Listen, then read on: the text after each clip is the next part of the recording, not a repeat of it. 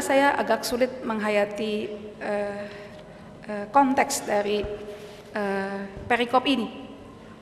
Tapi saudara, saya coba membayangkan dalam konteks saat ini, bicara soal hutang-hutang dibebaskan. Saya mengenal saudara beberapa orang yang sangat menderita dengan jerat kartu kredit, dengan kebiasaan membayar, membeli banyak dengan kartu kredit, tapi kemudian membayar hanya dengan minimum payment, dan akhirnya menjadi bunga berbunga, menjadi ratusan juta dan tidak sanggup membayar. Saudara, saya bayangkan kalau mereka yang menderita tidak bisa tidur, diteror oleh debt collector, saudara, dan pada suatu saat mendapatkan kabar baik. Tahun rahmat, jubileum, hutang dihapuskan. Citibank menelpon, hutang Anda dihapuskan. Bank apa lagi saudara? ANZ menelpon, hutang Anda dihapuskan, kartu kredit Anda dihapuskan. Saudara, luar biasa bahagianya, luar biasa gembiranya. Nah, saudara, penantian yang sekian lama dari bangsa Israel berada dalam penindasan. Tuhan berjanji akan tiba hari itu, hari pembebasan itu, hari keselamatan itu, tahun rahmat itu. Dan Tuhan menyatakannya, membacakannya pada saat itu. Di sisi yang lain saudara, ayat ini juga mengutip dari Yesaya 58. Yesaya 58 adalah bagian di mana Tuhan menegur bangsa Israel. Tuhan menegur bangsa Israel yang tidak menunjukkan keadilan bagi yang miskin, seperti itu. Nah, saudara, kembali kepada apa arti dari janji ini? Apa arti dari kabar baik ini? Kata miskin saudara yang dipakai di sini adalah kata melarat, petokos, kata melarat. Nah, kata melarat ini sering dipakai dalam Injil sebagai satu kondisi yang sangat butuh pertolongan. Tetapi bukan hanya sangat butuh, tetapi juga sangat terbuka kepada pertolongan. Sedang kondisi tertindas saudara, itu adalah kondisi yang tidak semata-mata terbelenggu dalam arti fisik, tetapi juga secara rohani. Kalau kita boleh melihat, mengapa Israel sangat tertindas dan teraniaya di tanah pembuangan? Alkitab mengatakan pada kita, nabi-nabi mengatakan pada kita, karena Israel telah berubah tidak setia. Israel telah jatuh ke dalam dosa. Israel dibuang karena dosa-dosa mereka. Nah, di sini saudara kita boleh melihat bahwa kabar baik yang Yesus nyatakan adalah kabar yang bukan hanya bagi pembebasan fisik, tetapi juga adalah pembebasan rohani, atau lebih tepat adalah pembebasan yang sangat mendasar akan keterbelengguan manusia dari dosa dan kuasa kegelapan yang tentu melebihi juga fisik. Saudara, hal yang kedua,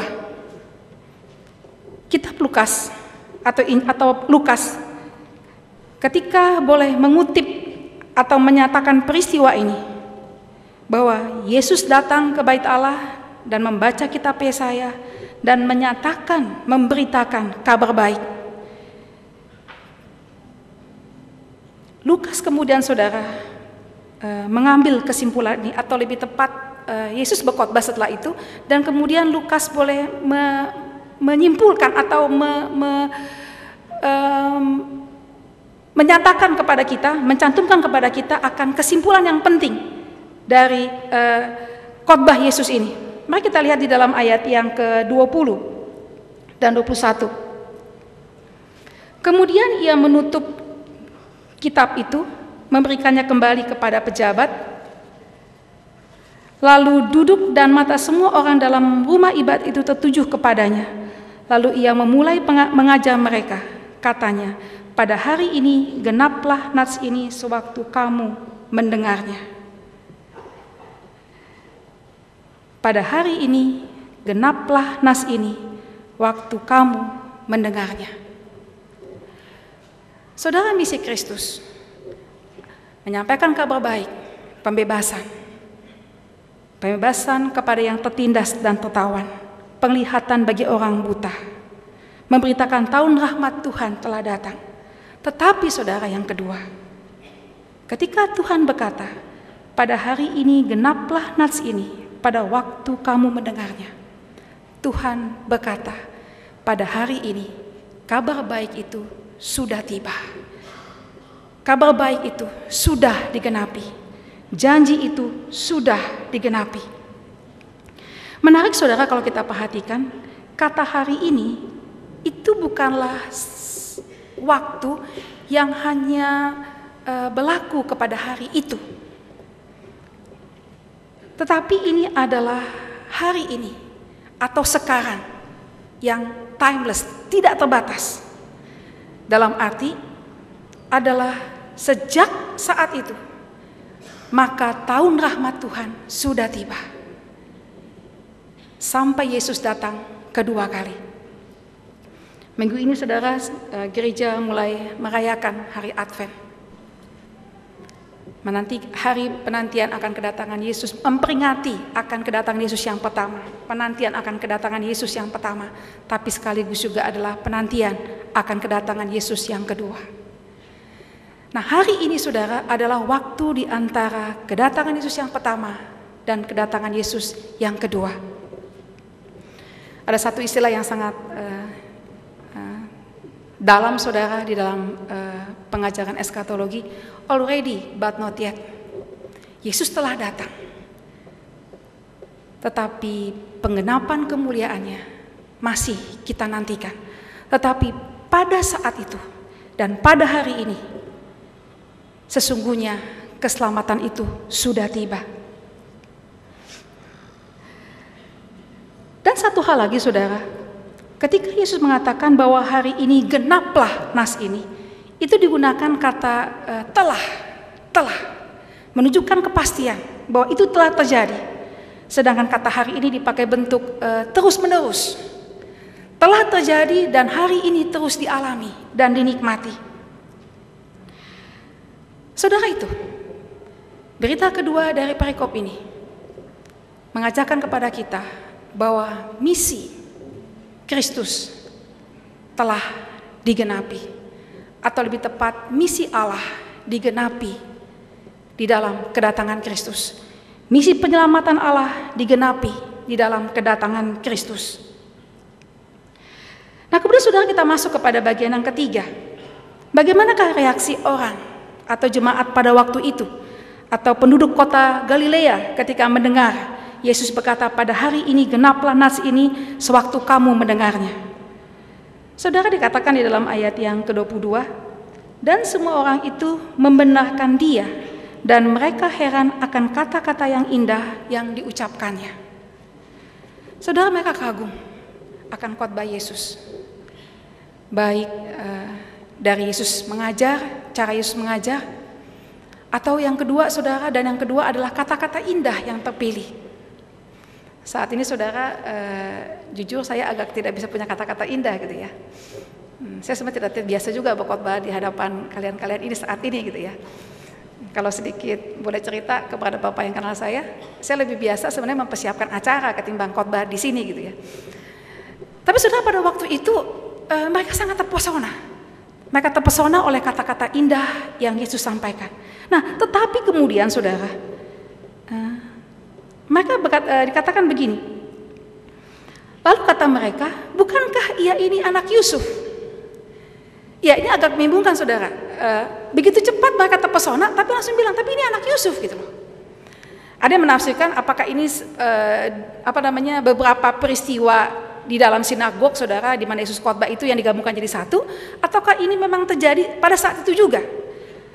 Dan kalau saya memilih saudara, memang terjadi pada saat itu juga. Di satu sisi saudara, mereka tidak bisa mengelak khotbah Yesus itu begitu luar biasa gitu ya. Tetapi di sisi yang lain, ketika Yesus mengatakan pada hari ini genaplah nats ini, ketika kamu membacanya, saudara, mereka tahu Yesus menyatakan dirinya adalah Mesias. Mesiaslah yang menggenapkan janji-janji Allah. Dan mereka sudah sangat terbiasa. Yesus itu adalah anak Yusuf, anak seorang tukang kayu dari Nazaret. Bagaimana mungkin? Menurut latar belakang saudara, tidak ada orang hebat dari Galilea. Tidak mungkin, tidak mungkin. Nah, saudara, itulah respon yang terjadi. Yang kalau boleh disimpulkan saudara adalah mereka tidak percaya. Mereka tidak percaya. Dan itu terungkap saudara dalam ayat yang berikutnya. Mereka minta Yesus melakukan mujizat. Maka berkatalah ia kepada mereka, tentu kamu akan mengatakan pepatah ini kepadaku, hai tabib, sembuhkanlah dirimu sendiri, perbuatlah di sini juga di tempat asalmu segala yang kami dengar yang telah terjadi di Kapernaum. Saudara, mereka nuntut, kalau betul ini bukan sekedar Yesus dari Nazaret, bukan sekedar anak tukang kayu, anak dari Yusuf, lakukanlah mujizat. Tapi saudara, di balik permintaan itu sebetulnya adalah ketidakpercayaan. Dan Tuhan saudara kemudian menjawab begini, aku berkata kepadamu, sesungguhnya tidak ada nabi yang dihargai di tempat asalnya.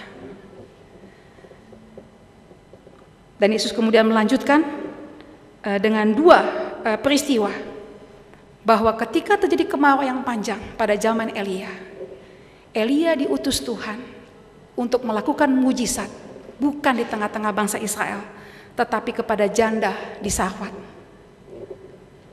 Yang kedua, Tuhan kemudian memakai peristiwa Elisa.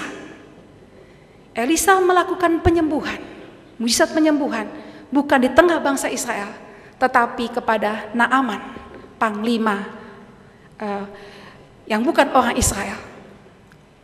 Dan kedua orang ini saudara, atau kedua peristiwa ini Yesus mau menyampaikan bahwa mereka percaya dan mereka mengalami. Saudara, bagian respon ini menunjukkan kepada kita bahwa respon kita seharusnya kepada Yesus yang adalah penggenap janji Allah untuk menyelamatkan dunia ini yang meliputi segala hal, baik rohani maupun fisik, yang menghadirkan kerajaan Allah, mengerjakan kerajaan Allah itu, seharusnya adalah percaya, bukan menolak, bukan tidak percaya kepadanya. Dan bila kita percaya kepadanya, kita masuk dalam rahmat itu. Tahun rahmat itu telah tiba. Saudara, saya coba mengaplikasikan, saya pikir saudara, tahun rahmat telah tiba bagi saya. Ketika pada tahun 81, saya percaya Yesus adalah juru selamat buat hidup saya. Dia Tuhan. Saudara, sekalipun kemudian hidup tidak selalu berjalan dengan lancar, saya belajar kemudian mengerti saudara, artinya already but not yet. Tahun rahmat itu telah tiba. Hidup saya bukanlah hidup yang dibelenggu oleh masa lalu. Hidup di dalam ketidaktahuan, kebodohan. Hidup ini adalah hidup yang sudah melihat. Hidup ini adalah hidup yang sudah bebas, merdeka. Hidup ini adalah hidup yang bukan miskin. Dalam konteks saya saudara mungkin bukan miskin nggak makan saudara, tapi bete ya, butuh tati tayang dan sebagainya. Tidak, tahun rahmat itu telah tiba. Sekalipun not yet, sepenuhnya nanti akan saya alami, akan kita alami ketika Tuhan datang kedua kali. Tetapi sebaliknya saudara, menolak Yesus bahwa dia adalah Mesias, dialah juru selamat dunia, itu membuat kita tidak mengalami tahun rahmat.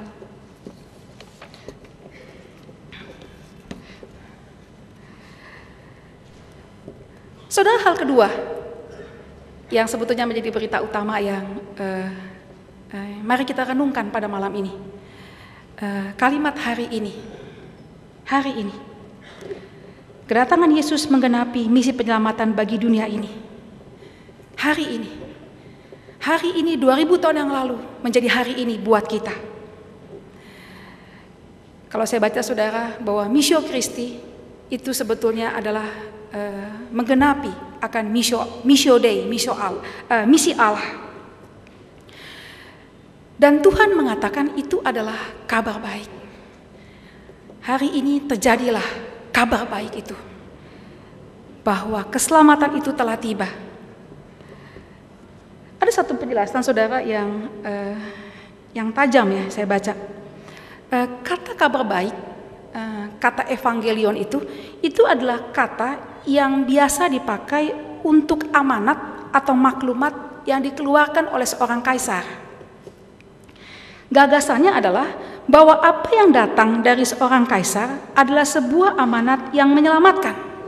Artinya bukan sekedar sepotong berita, melainkan sebuah perubahan dunia ke arah yang lebih baik.